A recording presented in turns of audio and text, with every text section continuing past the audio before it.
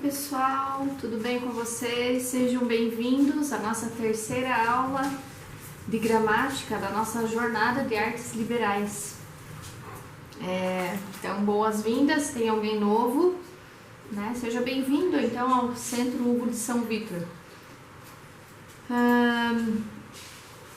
Queria começar então, vamos começar com a nossa oração, aí depois eu faço os recados e a gente responde as perguntas da aula de ontem e tudo mais, tá bom?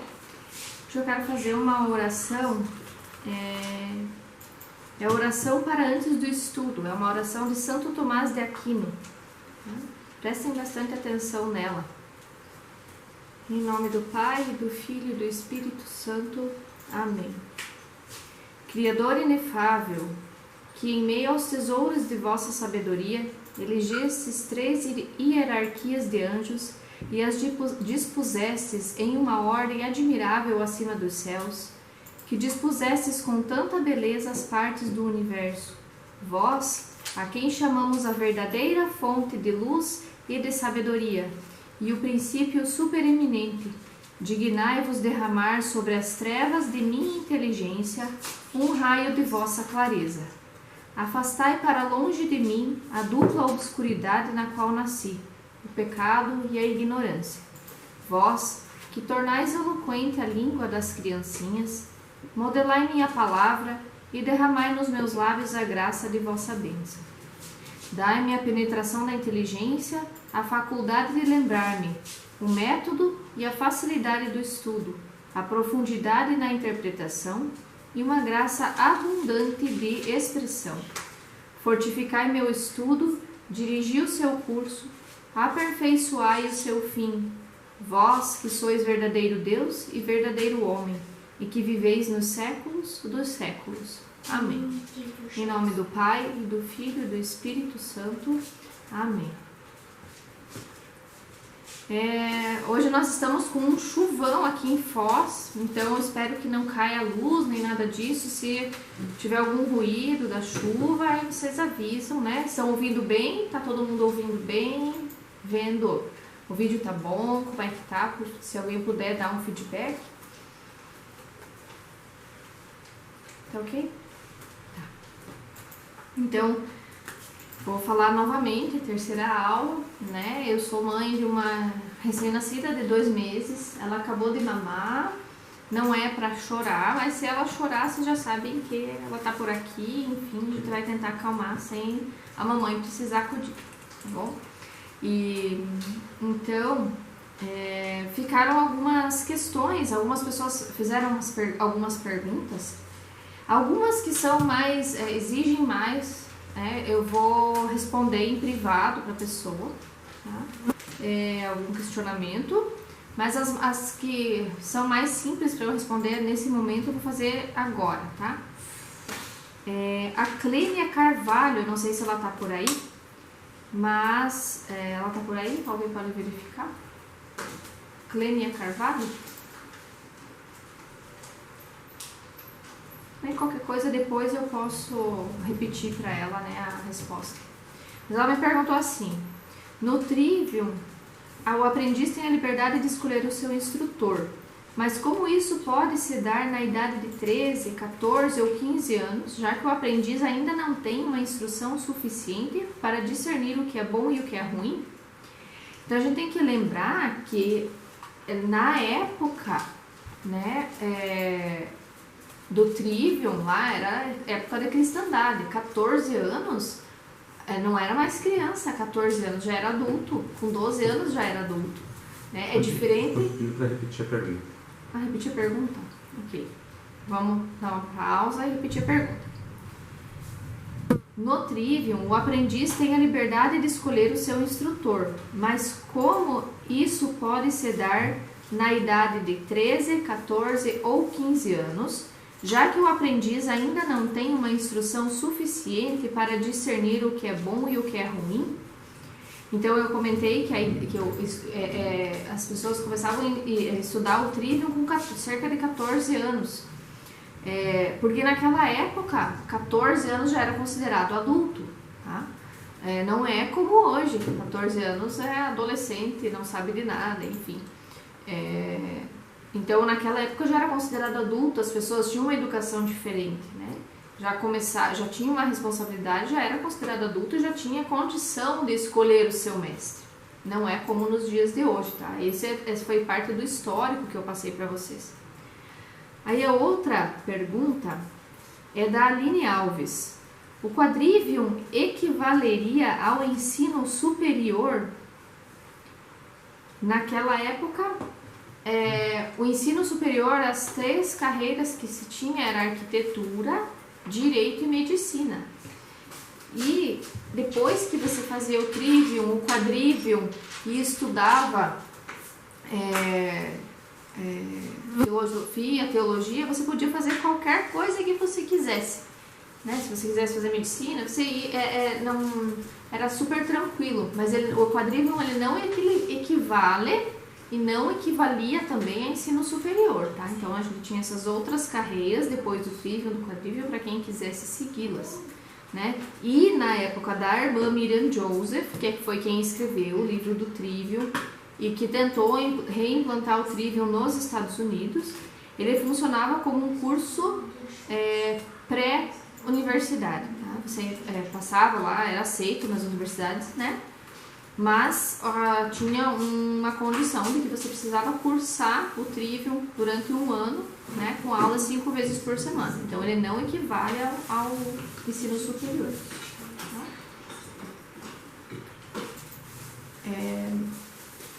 Então, deixa eu ver aqui mais, se tinha mais alguma pergunta. Se tiver, teve mais uma pessoa que mandou hoje no grupo, pediu algumas citações, coisas do tipo. E ela... eu acabei não conseguindo responder durante o dia, tá? Eu vou tentar responder amanhã, no mais tardar depois. Porque o dia com as crianças hoje foi bastante agitado, né? Pra quem não sabe, eu sou mãe de 4 crianças. Então, o mais velho tem 6 anos e tem 2 bebês. Então, o dia é bastante agitado. Eu não consegui mesmo responder hoje, tá? Pretendo responder o mais cedo possível. E também outro questionamento da Clênia Carvalho. Tem algum ruído aqui, o meu filho Miguel de 6 anos está aqui acordado ainda, então eu peço desculpas, a gente já vai resolver.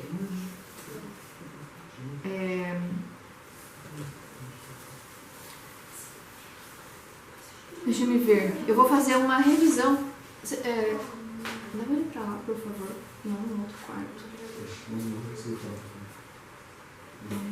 Então, eu vou passar um resumão assim, do que eu já falei, tá? Vou citar o que eu falei na primeira aula, para quem está entrando agora se ambientar e também quem já passou também dá uma relembrada, uma refrescada, pra gente não começar assim de sopetão, tá bom? Na primeira aula a gente falou sobre o que é o trivium, né? O que significa, né? Falamos das 3 artes que fazem parte do trivium, que é a gramática, a lógica e a retórica. Né? Falamos do que é a arte, né? Eu até passei hoje nos grupos, né, a definição, né, do dicionário, uma definição de arte. Falamos da diferença entre artes liberais, as belas artes, as artes ou ofícios utilitários, né? E comentamos um pouquinho sobre o quadrivium, né, porque a gente não pode falar de artes liberais falando só do trivium, falamos do quadrivium também. Falamos do que mais? Da pedagogia moderna, né? Qual o problema da pedagogia moderna e o que o trivium pode nos trazer, né? Que luz que ele pode nos trazer. Falei do histórico, né, do trivium. Falei do livro do Didascalicon, deixa eu mostrar ele novamente aqui para vocês. Esse livro aqui, de Hugo de São Victor, onde ele apresenta as artes liberais, tá? Um livro muito, muito bom. Se precisar, a gente manda foto de novo. Então, passei o histórico do trivium e como que a irmã Miriam Joseph decidiu retomar tudo isso, né? Uma pedagogia lá da época da cristandade, né? E que acabou formando muitos santos, né? E como que ela decidiu retomar isso daí. Também expliquei aquela figura, né, que está na capa do trivium. Deixa eu achar o meu trivium aqui. essa figura aqui, que se chama Filosofia e as Artes Liberais. Tá? Eu expliquei toda ela na primeira aula. E essa foi a nossa primeira aula, certo? Depois, ontem, eu comentei bastante sobre a linguagem, né? A aula de ontem eu vou dar uma relembrada melhor. A primeira eu só dei uma passadinha. Tá? A gente começou a falar de gramática. A gramática é o coração do trívio. Né? Por quê? Porque ela está presente na lógica, ela está presente na retórica. Então, as outras artes não existem sem a gramática. Até existem, mas falta, né? Alguma coisa, falta substância. Então, eu comentei assim, a questão do ato de pensar, né? Que a gente como adulto não para pensar como se deu o nosso ato de pensar. Como que isso se formou. E a aquisição de um pensamento, né, estruturado, com ordem, é algo sim a ser ensinado, a ser trabalhado, tá? E expliquei aqui para vocês a importância que a gramática e a linguagem possuem nisso. Né? Então, falamos sobre os signos, os símbolos, a abstração. E para quem quer saber mais sobre os símbolos, os signos, eu indiquei este livro aqui que se chama De Magistro, né, de Santo Agostinho e Santo Tomás de Aquino. Nós falamos do De Magistro de Santo Agostinho, onde ele fala que deixa eu achar aqui a citação dele, né? A memória na qual as palavras se fixam, ao se voltar sobre elas, faz vir à nossa mente as próprias coisas das quais elas são signos. Então, nós recorremos pela memória à palavra, né? Aos símbolos e palavras. Aristóteles nos diz que os nomes são símbolos das coisas, né? O que corresponde à coisa, o que não corresponde à coisa. E falamos da linguagem e os pensamentos, né? Falamos dos sinônimos, dos antônimos, né? Eu dei até um exemplo, né, que seria como dirigir, né, um pensamento estruturado. Quando você começa a dirigir, é um desespero, você não, é muita coisa para fazer ao mesmo tempo. Mas com o passar do tempo, né, você consegue executar manobras mais complexas e com o pensamento é a mesma coisa, né? Você acaba sabendo como executar o mais simples para poder executar o mais complexo. Assim como na matemática, né? Para eu resolver um problema, eu preciso de um vasto conhecimento de matemática. Uma coisa é pressuposto da outra. Falei dos russos, que acho que uma parte bacana para a gente relembrar, que os russos têm... desde pequenos eles sabem identificar vários sons de azul e a gente não tem nem noção. Para nós, acho que é, sei lá, azul escuro, azul claro, azul marinho. Então, porque eles aprendem isso desde pequenos, né? Existe isso na linguagem, na língua deles. Então, acaba que eles conseguem diferenciar todos esses tons de azul. No mínimo interessante. Falei da dimensão psicológica e da dimensão lógica da linguagem, né? Na dimensão psicológica é aquela linguagem que é da poesia, da literatura, né? E a dimensão lógica é o quê? É um manual, né? Tudo isso, e um manual de uma máquina, né? Uma linguagem lógica, né? Ela não tem nada de rebuscado, esse tipo de coisa. Então, ficou bem, acho que bem fácil de entender. Eu trouxe aqui 2 lâmpadas para poder exemplificar. Tô sem as lâmpadas aqui, senão eu mostrava novamente. O que a lâmpada incandescente, dentro dela tem um filamento. A gente consegue enxergar o filamentozinho. E aquela luz parece que explode assim, né? Quando você liga a lâmpada. E quando você acende a luz. E a dimensão lógica da linguagem é isso aí. Já a dimensão psicológica, quando eu pego aquela lâmpada que tem aquele bulbo branquinho, né, ele deixa o quê? O ambiente mais agradável, né? Aquela luz não estoura no seu olho. Então, é essa dimensão psicológica da linguagem. Fazer essa analogia aí. E faltou um pedacinho da aula de ontem, né? Eu não quis começar porque ia me alongar muito. Mas a gente estava falando de linguagem e eu quis fazer um paralelo entre as artes da linguagem e a realidade. Tá? Então, as artes da linguagem vão induzir o quê? Ao leitor, ao ouvinte, né? A quem está falando, quem está recebendo, a utilizar a linguagem de forma correta, né? E a gente falou que as 3 artes liberais, a gramática, a lógica e a retórica, são as artes da linguagem, isso mesmo.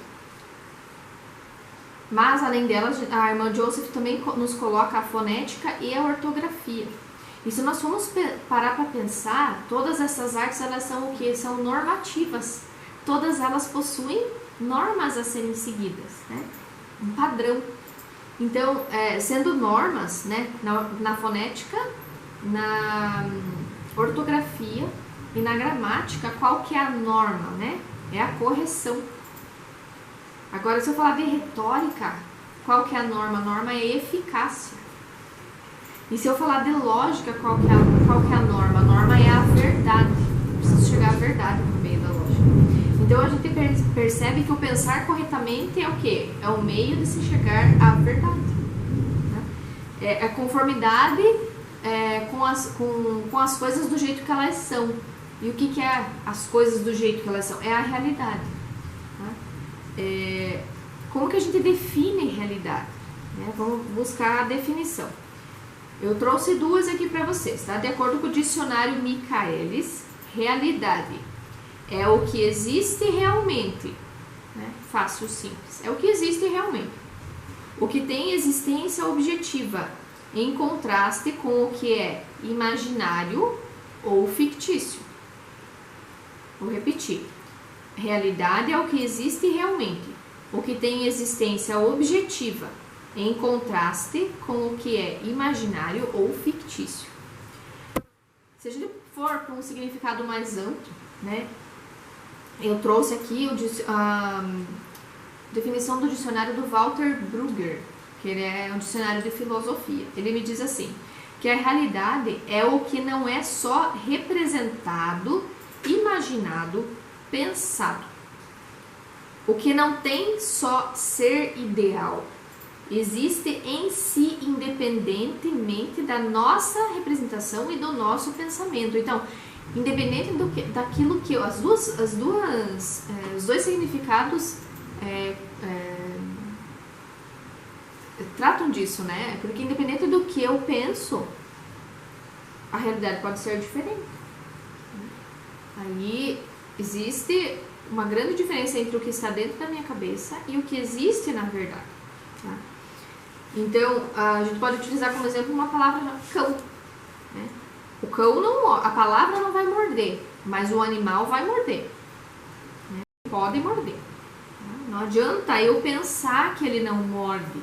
Tá? O pensamento não está em conformidade com a realidade. O cachorro morde. Isso, eu pensar que ele não vai morder, não vai o impedir de me morder. Tá? Ou seja, a realidade é totalmente diferente daquilo que eu tinha na minha percepção imaginária, daquilo que eu pensei. E assim nós temos um grande problema, né? Tudo bem, hoje eu sou um gato, amanhã eu sou um cachorro, amanhã eu sou um cavalo, hoje eu sou um homem, amanhã eu sou uma mulher. Não corresponde à realidade, não corresponde à tua biologia. Por mais que você queira ser diferente, não corresponde à realidade. Não vou entrar aqui em mais pormenores, acho que já deu para entender o que eu queria passar aqui. Dá para entender bem com esse exemplo. Né? Independente do que eu pense, a realidade é diferente. Então, se pensando corretamente nós chegamos à verdade, nós precisamos do quê? Das ferramentas para que isso ocorra, né? Então, aí que a gente consegue utilizar a gramática, a retórica, a lógica. Né? Elas são as artes pertinentes à mente. Então, são elas que vão me ajudar a formar um pensamento correto, um pensamento de acordo com a realidade, com a reta razão. Nós falamos desde o início, lá quando eu estava explicando. Oi? Não consegui enxergar. Pode falar, por favor. A definição filosófica.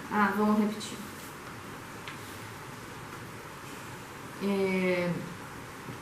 Deixa eu achar aqui. Realidade. Depois, se precisar, gente, eu mando isso nos grupos, tá? Mas vou repetir aqui. Realidade é o que não é só representado, imaginado, pensado. O que não tem só ser ideal. Existe em si, independentemente da nossa representação e do nosso pensamento. Então, eu estava falando que se a gente utilizar as artes pertinentes à mente, gramática, a lógica e a retórica, né, elas vão nos ajudar a ter um pensamento correto e de acordo com a realidade. Né? Eu consigo organizar minha mente, eu estou utilizando a minha razão. Quando eu expliquei para vocês a figura aqui da filosofia das artes liberais, a gente pode observar que está tudo, tudo de acordo com a razão, de acordo com a filosofia. E aqui embaixo, né, estavam os 4 magos ou poetas, etc., fora da linha da razão, fora do círculo da razão, né? Fora do círculo. Por quê? Porque eles estavam entregues às emoções. Então, quando você está entregue às emoções, a tua cabeça também não funciona direito. Então, as artes liberais vão nos ajudar, né? O Trivium vai nos ajudar nisso, certo? E eu não consegui não passar gramática pura para vocês, tá? Eu vou fazer de uma forma sucinta. Eu vou enviar agora um quadrinho aqui para vocês, tá? Eu devia ter mandado antes, mas enfim. Eu vou mandar aqui pro pessoal, aí eles encaminham nos grupos, por favor.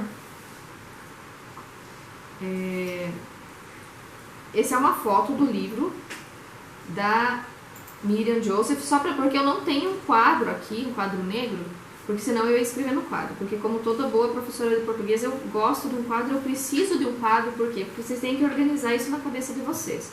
Enquanto eu ficar só falando, nossa, vocês vão ficar assim, nossa, que difícil. Não é difícil, só que você precisa, mandei pro YouTube, você precisa organizar na tua cabeça, né? Se você tiver um quadro, um panorama, você consegue visualizar, né, aquilo que eu tô falando. Então, o Yuri vai enviar aí pra vocês, né? A gente vai usar daqui a pouquinho esse quadro, não já. Então, fiquem tranquilos, tá bom?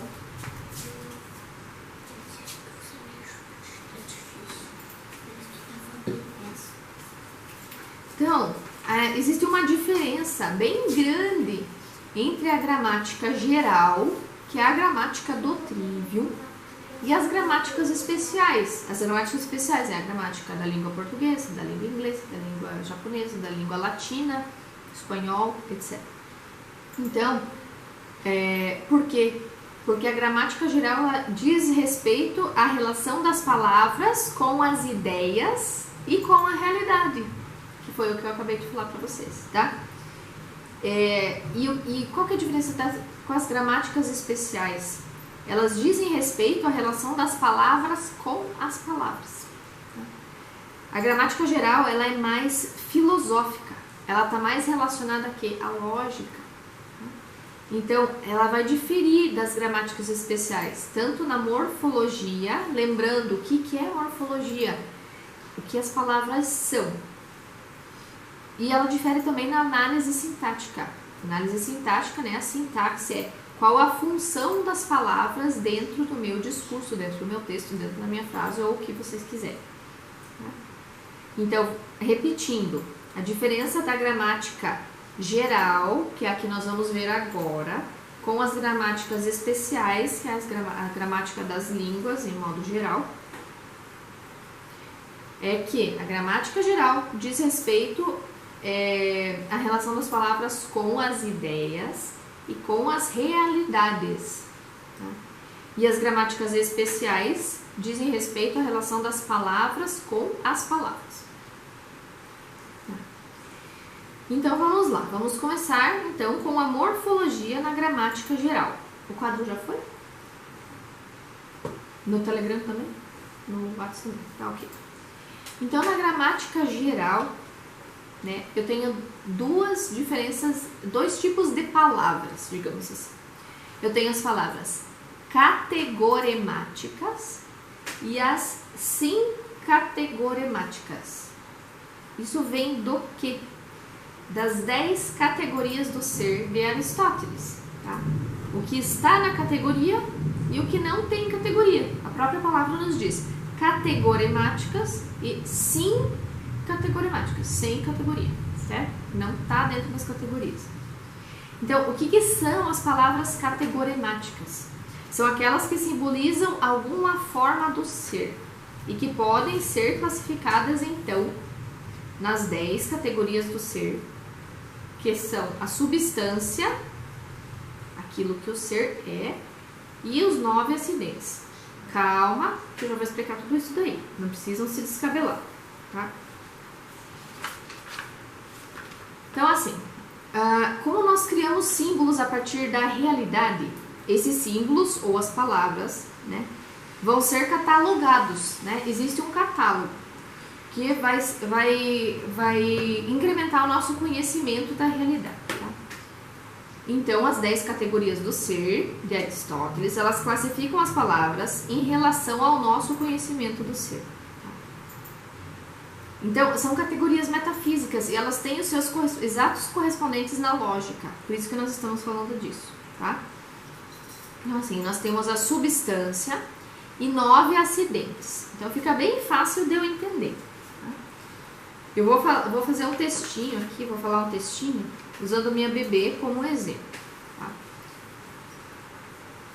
Eu vou falar ele corrido e daí depois eu vou parar em cada palavra e vou falar para vocês o nome da categoria. São 10. Tá? Então, Maria é uma bebê de 2 meses de idade, mestiça, filha da Juliana, que recebeu um abraço da sua irmã Marcela porque estava chorando. Agora está deitada no carrinho com um macacão rosa. Tá? Então você vê que é um texto simples, né? Corriqueiro. E eu vou colocar as categorias do ser, estão todas aqui, as 10 categorias. Então eu vou explicar para vocês. Maria é uma bebê. É a substância. O que a Maria é? Um bebê. De 2 meses de idade é a quantidade. Mestiça é uma qualidade da bebê. Filha da Juliana é a relação, tá? Que recebeu um abraço. Aí eu tenho a paixão da sua irmã Marcela porque estava chorando. Uma ação. Agora, tempo, está deitada. É a posição no carrinho, que é o meu lugar, com um macacão rosa. Posse ou hábito, né? Vocês vão encontrar com das duas formas. Então, aqui deu um trovão muito forte, não sei se vocês ouviram. Vou deixar passar.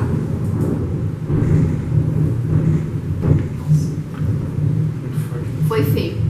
Não sei, então, tô esperando passar o trovão, tá, gente? Tá chovendo muito aqui. Então, nós temos as 10 categorias do ser. É a substância e 9 acidentes. 9 acidentes que acompanham o ser, que acompanham a substância. Eu vou citá-los agora somente. Substância, quantidade, qualidade, relação, ação, paixão, tempo, lugar, posição e estado, posse ou hábito. Então, isso aqui é só para a gente entender de um modo bem geral, porque se eu for pegar o órgão, né, onde tem o livro das categorias de Aristóteles, são páginas e páginas e páginas explicando isso, porque às vezes você tem uma palavra e você fica na dúvida, qual categoria que é, etc. Isso é quantidade, isso é qualidade e tal. Mas a gente não vai usar isso agora, eu só queria explicar para vocês a diferença desses 2 tipos de palavras, as categorimáticas e as sincategorimáticas, e da onde que elas saem. Não estou tirando do nada. Elas saem daqui, das 10 categorias do ser de Aristóteles. Então, para repetir. Repetir o quê? O exemplo. O exemplo? Tá, vamos repetir o exemplo. Maria é uma bebê, substância, de 2 meses de idade, quantidade. Mestiça é a qualidade. Filha da Juliana é a relação. Que recebeu um abraço, paixão, da sua irmã Marcela porque estava chorando. A ação. Agora, tempo, está deitada, posição, no carrinho, é um lugar, com um macacão rosa, posse ou hábito. Depois eu pego esse exemplo aqui e mando também no grupo, tá? Mas isso fica para depois da aula, tá bom? Vou dar circular aqui. Enviar.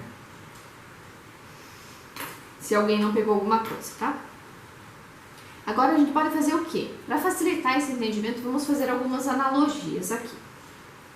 Vamos pegar na música, né?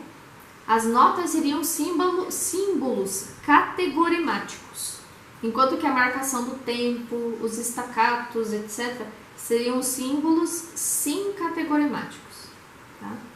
Na matemática, os números seriam os categorimáticos. Já os sinais de mais, menos, né, igual, ou seja, as operações, são símbolos sincategorimáticos. Né? Eles nos indicam como que os símbolos categorimáticos na matemática se relacionam.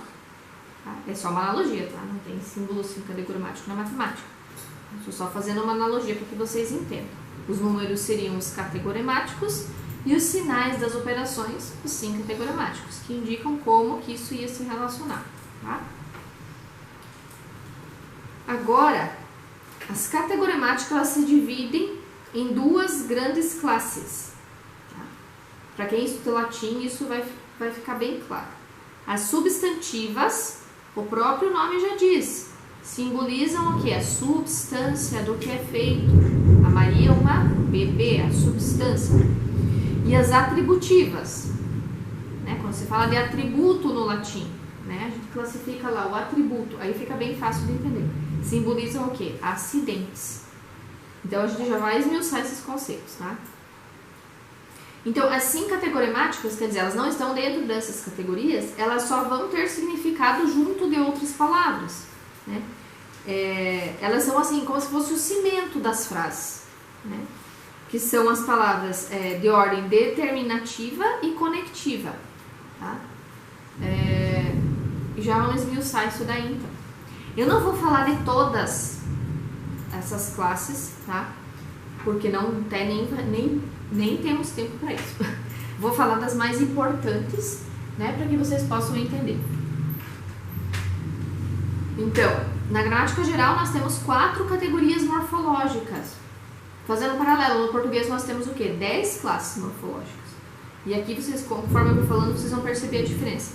Então, essas 4 são substantivos, atributivos, determinativos e conectivos, certo? Então, o substantivo, acabei de falar, é o que? Designador da substância, o próprio nome já diz. Né? Então, lembrando lá das nossas aulas, lá de quando a gente era criança, existem substantivos concretos e substantivos abstratos. Né? Concretos está claro, é a lapiseira, o quadro, o óculos, o copo, o que eu vejo, o que eu consigo tocar. Abstrato, raiva, felicidade, amor, né? Sentimentos de um modo geral, ou outras coisas, né? São substantivos abstratos, aquilo que eu não consigo ver. Né? E agora tem um detalhe, né? A habilidade humana que é de distinguir, né? Selecionar e abstrair um aspecto da realidade e tornar isso um objeto de pensamento, né? Foi o meio indispensável onde o que? A minha mente foi capaz de avançar na busca da verdade. Isso é William Joseph nos fala no Trivium. E aqui temos uma história que em 597 tem um monge beneditino que se chama Santo Agostinho da Cantuária. Vocês já devem ter ouvido falar dele, pelo menos o nome, né?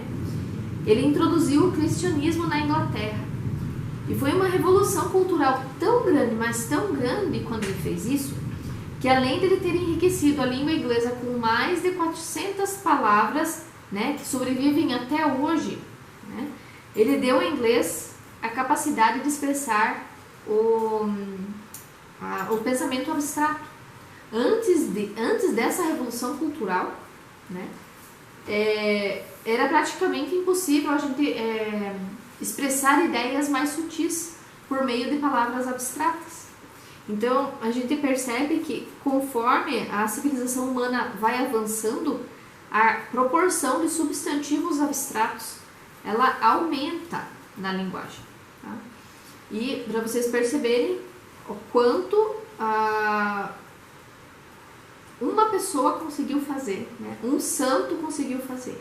Né? Ele com certeza conseguiu fazer muitas outras coisas, mas aqui, né, de acordo com a nossa aula, mais de 400 palavras que sobrevivem até hoje, com a Revolução Cultural, né, com o que ele colocou, com o cristianismo na Inglaterra.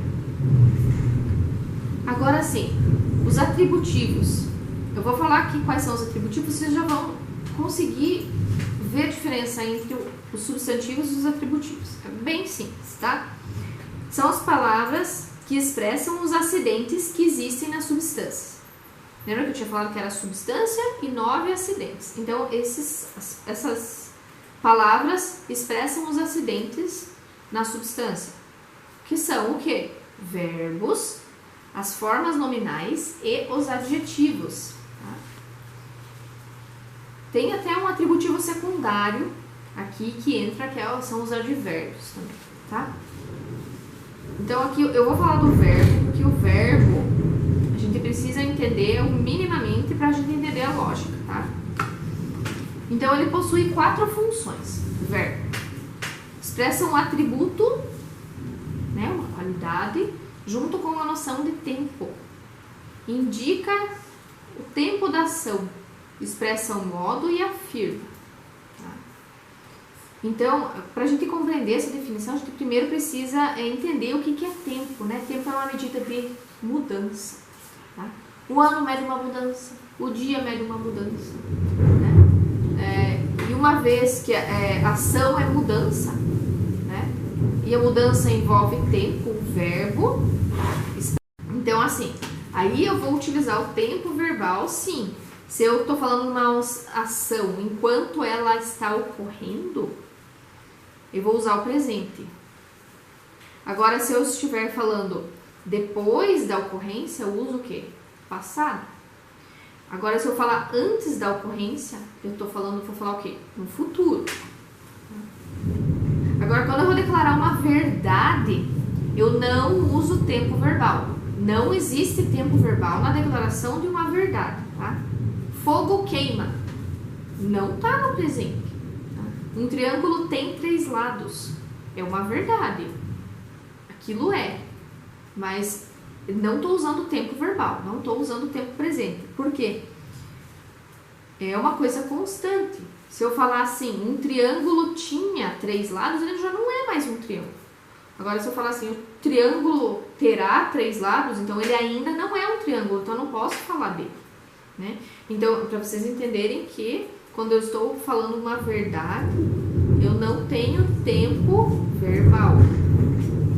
A cabeça está explodindo aqui.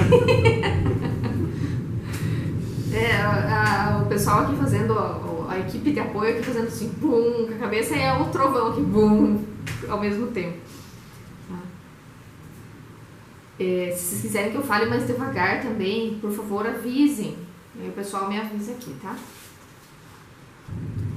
Deixa eu ver o que mais.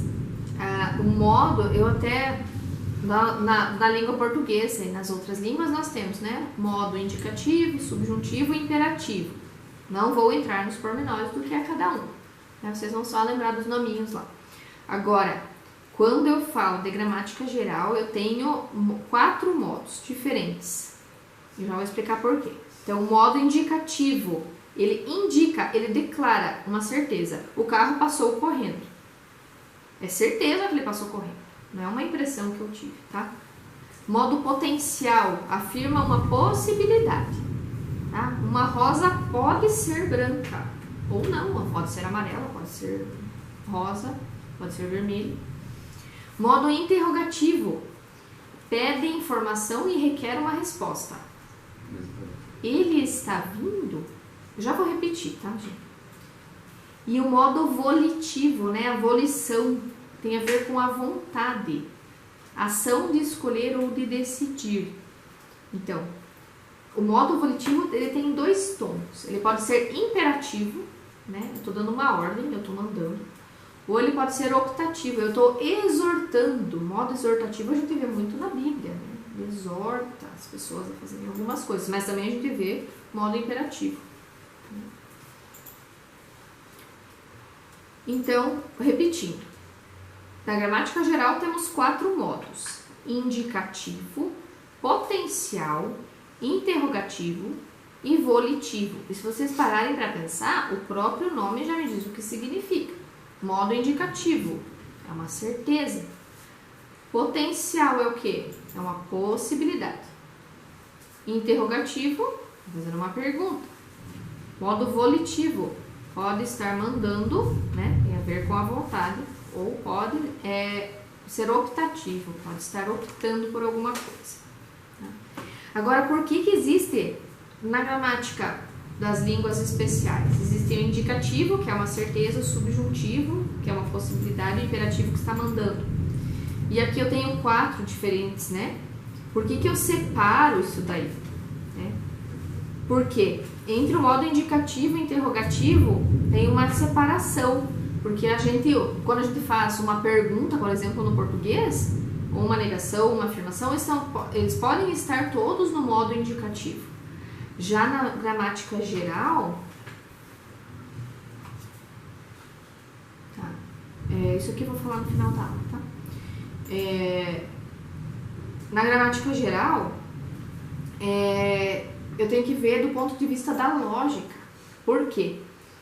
Porque o indicativo, ele é uma declaração, mas eu tenho certeza, né? Declara uma certeza. Mas essa certeza, né, pode ser verdadeira ou falsa, de acordo com a lógica, tá? Agora, o modo interrogativo, na lógica, né, expressa uma pergunta. Na lógica, quando você tem uma pergunta, a pergunta ela é incapaz de ser verdadeira ou ser falsa, né? Por quê? Porque a pergunta não é um juízo, você não está julgando, você não pode julgar pela pergunta. Consegue entender? Né? Eu não consigo julgar de acordo com... não consigo julgar uma pergunta. Né? É como se eu tivesse o benefício da dúvida. Tá? Então, por isso eu tenho uma diferença entre o modo indicativo e o interrogativo. Por isso que a gente separa aqui na gramática geral. Tá? Mais disso semana que vem, na aula de lógica. Né? Aí eu tenho as classes de verbos transitivos e intransitivos, tá? Verbo transitivo, intransitivo, objeto direto, objeto indireto, né? O pessoal, quando começa a ouvir isso, fica assustado. Mas é simples de entender. Não tenho tempo para explicar agora, mas se alguém quiser, eu posso bolar uma explicação simples para vocês conseguirem entender, mas isso vocês vão, é igualzinho à gramática portuguesa, tá? Aí nós temos as formas nominais, que é igualzinho também. E eu queria falar aqui dos atributivos, que são adjetivos. Adjetivo o quê? Expressa o quê? Qualidade. Então fica fácil de eu identificar quando é um atributivo. E um atributivo secundário seria o advérbio, né? Eles também não diferem em nada da gramática da língua portuguesa. Então, se você quer aprofundar nisso, pegar uma gramática da língua portuguesa está ótimo, tá? Agora, porque meu objetivo aqui é fazer vocês olharem aquele quadrinho ali que eu enviei e conseguirem entender mais ou menos o que é cada coisa, né? Aprofundar isso daí, aí vai ser por conta de cada um, ou se de repente a gente pensar num curso mais pra frente, pra falar só disso, que em 3 dias também eu não ia conseguir explicar tudo isso, né? A gramática, se a gente for ver, a gente passa aí tranquilo, 1 ano, 2 anos só estudando gramática, né? Na hora que eu entrar em verbo e tudo mais, né? Começar com exercício, então isso vai longe. Por isso hoje é só pra gente ter uma noção. Depois, você me passa no final da aula isso daqui. O pessoal tá me passando as perguntas agora, melhor eu responder no final da aula, porque senão eu me perco aqui no meu raciocínio. Então, eu estava falando da morfologia categorimática. Então, substância e os acidentes. E agora tô falando da sincategorimática, que eu falei para vocês que era o quê? Era o cimento, é aquilo que conecta todo o meu discurso, porque não adianta ter só, eu vou falar, eu estar, sei lá, vou falar igual quando um americano aprende a falar português, por exemplo, não consegue conjugar verbo, fica aquela coisa esquisita, né? Porque ele não põe os conectivos. Então é isso daí, né? Os sincategorimáticos são os determinativos e os conectivos, né? O artigo, né? O artigo definido, o artigo indefinido, né? Os pronomes demonstrativos e os conectivos, aí que ligam as preposições, que ligam as palavras, e as conjunções que ligam as frases. Vou colocar aqui um exemplo para poder ilustrar e ficar fácil de vocês entenderem. Então, se eu somo assim, 5 maçãs, 3 mesas, 4 cadeiras, 2 cães, qual vai ser meu resultado? Vai ser 5 maçãs, 3 mesas, 4 cadeiras e 2 cães. Agora, eu tenho assim, 14 objetos ou coisas aí nesse meio. Então, segundo a gramática, eu tenho o quê? 14 substâncias. Se eu colocar algumas preposições, eu posso dizer assim, 2 cães perseguindo um ao outro, derrubaram 5 maçãs de sobre 3 mesas para debaixo de 4 cadeiras. Aí eu tenho um texto, eu tenho um discurso. Então, as preposições elas fazem o quê? Elas expressam a relação entre as várias substâncias sem roubar a natureza da substância. Eu não acrescento nada e eu não tiro nada. Diferente de quando eu falo de um adjetivo, né? Estou colocando uma característica, sei lá o que eu falei aqui. 5 maçãs grandes. Eu estou colocando um adjetivo. Eu roubei ou acrescentei alguma coisa, né? Então, não muda a natureza da substância, né? Conjunção, aí é igualzinho da língua portuguesa, né? E tem um detalhe que a gente chama, que vocês vão ver em lógica, né? Que eu tenho sujeito, eu tenho predicado, quando tem uma verdade, eu tenho a pura cópula, é o que conecta o meu sujeito e predicado. De um modo geral é o quê? É o verbo, tá?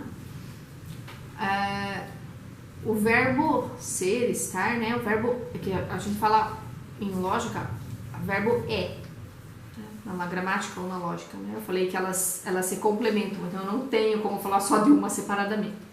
Então, a cópula a gente chama pura cópula quando ela for sinônimo de existir, quando tiver isso daí, ela não é cópula, tá? Só isso. Isso que vocês precisam saber. Por exemplo, João existe. João é. Se tiver na frase lá, João é. Ele existe. João está no jardim. João existe no jardim. Se eu conseguir substituir pelo existe, beleza, não é cópula. O restante é cópula, tá? De um modo bem geralzão é isso daí. Não vou entrar nos pormenores, porque aí vai fazer uma salada na cabeça de vocês. Deixa para quando a gente for aprofundar. Tá? Então, nós falamos aqui de morfologia. Agora eu vou falar do que? Sintaxe, né? O que eu falei do que as palavras são, agora eu vou falar do que as palavras fazem dentro da minha frase. Né? Então, existe uma diferença entre a análise sintática normal, né, das línguas e a análise sintática que é preciso para o estudo da lógica. Tá? E a gente consegue entender por uma analogia. É o jeito mais fácil de ensinar para vocês. Quando eu falo da análise sintática das gramáticas especiais, do português, do inglês, do japonês, do espanhol, etc., do latim, eu estou falando assim, é como se eu falasse uma construção. Eu tenho um hotel, uma igreja, uma escola, uma casa, uma fábrica. Então, o quê? Eu preciso saber por que aquele prédio foi construído. Ele foi construído para ser uma loja. Ele foi construído para ser uma igreja. Tá? Como são? Eu preciso de um nível de detalhe maior. Como são as portas? Umas coisas, né? A tua lembrança vai ser muito melhor do que no computador. Porque a letra cursiva, né? O ato de escrever, a mão, ativa áreas do cérebro.